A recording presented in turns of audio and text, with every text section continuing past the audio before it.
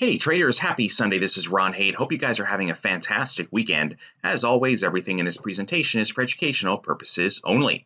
We'll kick off here with a daily chart of the S&P 500 ETF, the Spiders, SPY. We can see the drop, we can see the pop. Let's go ahead and zoom in on the 18th. So let's actually back up. This is Friday, Thursday, Wednesday, Tuesday. There was Monday. So last Friday, a week ago, we broke through the 50-day. That is a full-blown sell signal. Since then, we gapped down Monday. We put a bit of a hammer in, though it's not a real hammer. We then popped up again the next day. Then we had bearish engulfing. But the net result here is we're trading in a range. If I zoom in, you can almost just draw a box.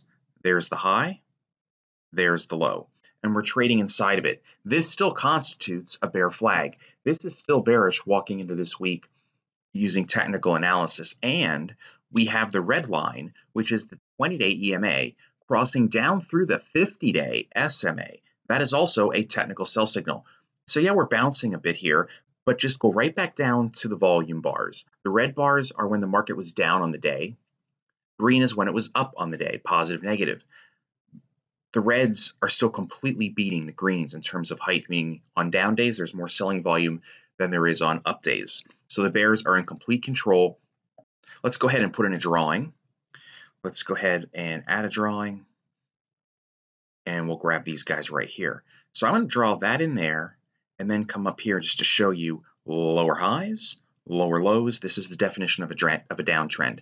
Now, if the bulls want to step in here and say, all right, we're going to try to run this higher into year end at some point, they're going to have to get back above both moving averages.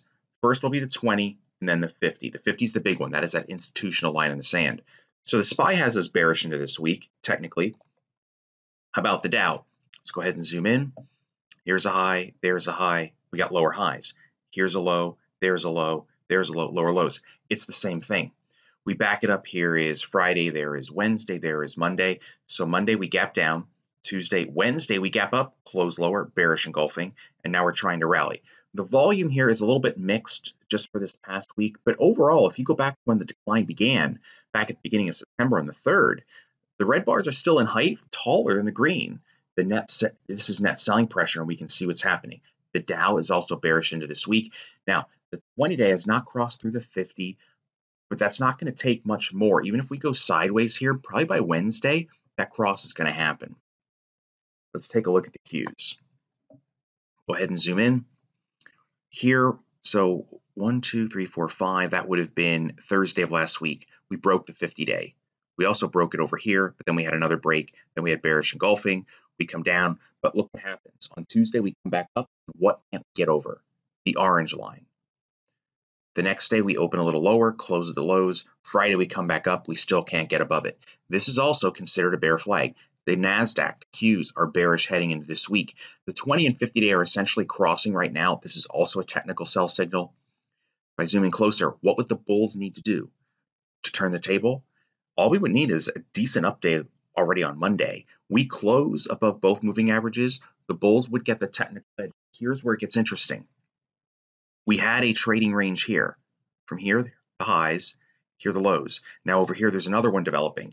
For whatever reason, this 273-ish area is acting as resistance, and support comes in around 261 or so-ish.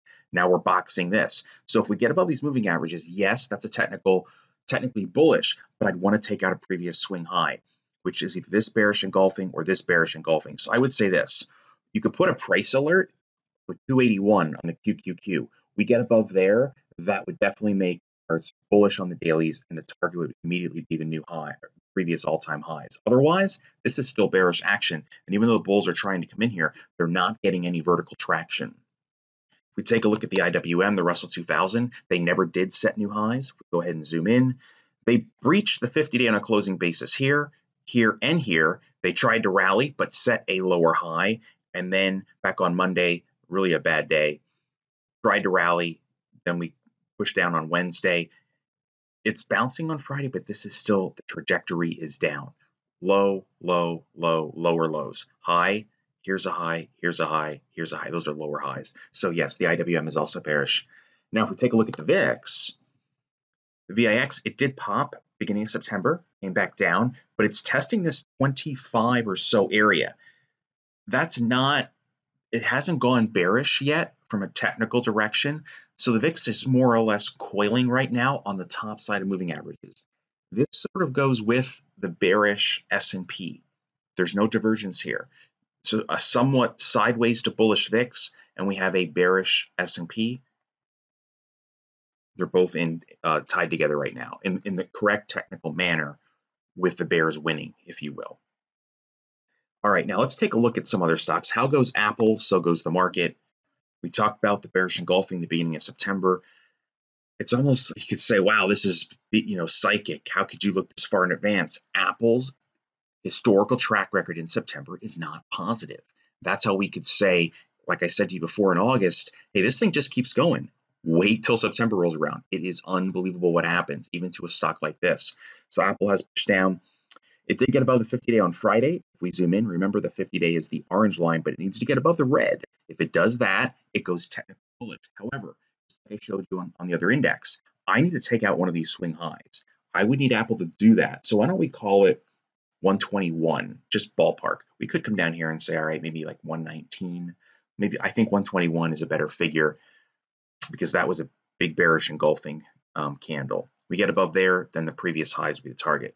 Apple, I would give it, if I had to put a direction on it this week, I would say neutral to bearish. I don't want to say neutral because we're still below the 20-day and we're still setting lower highs and we're still setting lower lows. There's nothing to change here. So at best, you could say neutral, but it's really, I would give the bears a bit of an edge here on Apple, and therefore the markets are going to be bearish as well. Here's Amazon. We broke the 50-day over here, 911, 914. Then we got bearish engulfing on 916. We pushed lower. We come right back up, and we can't get above it. Lower highs, lower lows. Amazon also needs to get above both moving averages if that happens on a closing basis. I would also say to all of these breaking back above the 20 and the 50-day, they should really stay at the highs of the day. We don't want to see some sort of reversal and they pull that, they pull off that feet. I want to see highs of the day close, but Amazon is bearish as well. By the way, for downside targets, I haven't covered this because I want to try to keep this video reasonably short.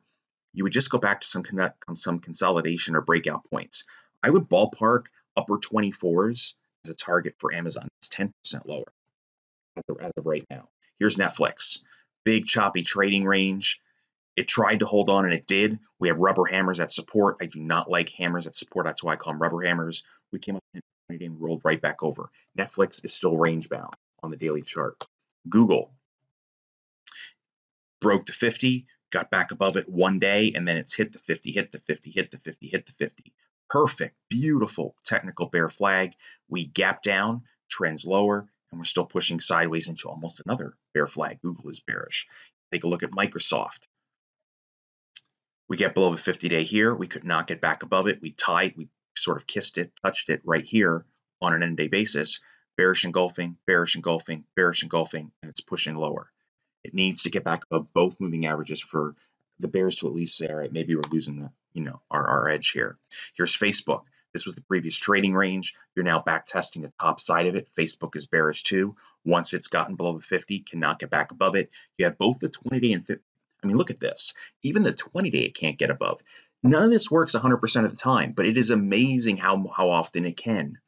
You get below a moving average, can't get above, can't get above, can't get above, can't get above, can't get above. This is a broken record, can't get above.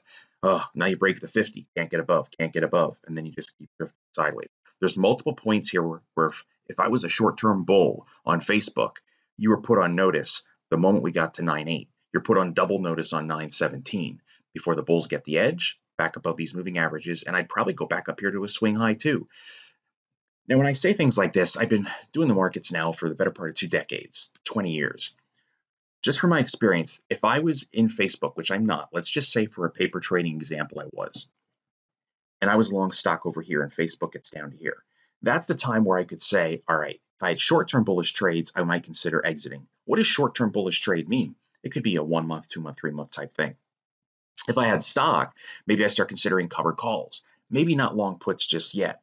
We fracture the 50-day, now the long puts come into play, and now we essentially would have a collar trade to protect capital. That's the line you don't want to break if you're long stock, the way I would teach it from an educational perspective. Now, We looked at all these stocks that are breaking support. Look at two that aren't. Here's NVDA. This thing's been on a crazy good roll. It was at 200 bucks, and now we were at 6, and we're still at 5. Talk about an amazing run. The 50-day is still a line in the sand. We came down here. This was a very interesting U-turn type reversal. But all we're doing is tracing out sideways action. And on Friday, we actually broke above the whole week's worth of consolidation. Until this thing breaks the 50-day, NVIDIA is amazingly strong. And another strong stock is Adobe. They have not cleanly broken the 50-day either. Now, they're still setting lower highs, but the lows are horizontal. I would want to take out, that's essentially bearish engulfing, and that's bearish engulfing. Before I'd be feeling much more confident as a bull, I'd want to see us get over that high there, which was 505.50. So say 506. I would feel more confident. But technically, it's still bullish, even on Friday. Tesla does not break the 50-day, so technically it's bullish. I'd also call this sideways action more of a pennant. I received a question on the oil stocks. There's nothing positive to report. These things cannot get above any moving averages. It's just down, down, down, down, down, and the volume is just coming up higher, higher, and higher.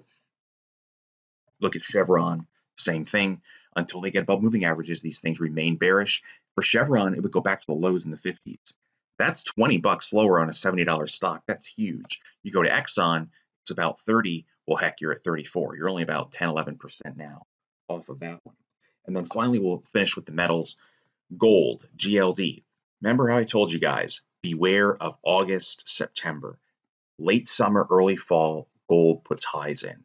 Funny how that works from a seasonality perspective. If you guys don't know seasonality, you got to understand the power in it. You don't call the top on a certain day at a certain time, but you are given the window when get ready for those reversals. Well, here comes August. We come down, we come back up, we essentially fill the gap, and each subsequent high is lower. And every time we try to break out, we get solid green candles. That means the stock gapped up, but closed lower than where it opened. Made an attempt at a breakout, it gapped up, closed lower than where it opened. And then we break the 50-day, and then down we go. This stuff is so easy to see once you understand some basic chart analysis. It's a lot of fun. You're not flying blind anymore. Here is silver. It cracked the 50-day back on the 21st, which was Monday, and then boom, all of a sudden we're down here. Support for silver is probably down near 18, just on the daily chart. Gold, I'd probably bring it all the way down to maybe 165.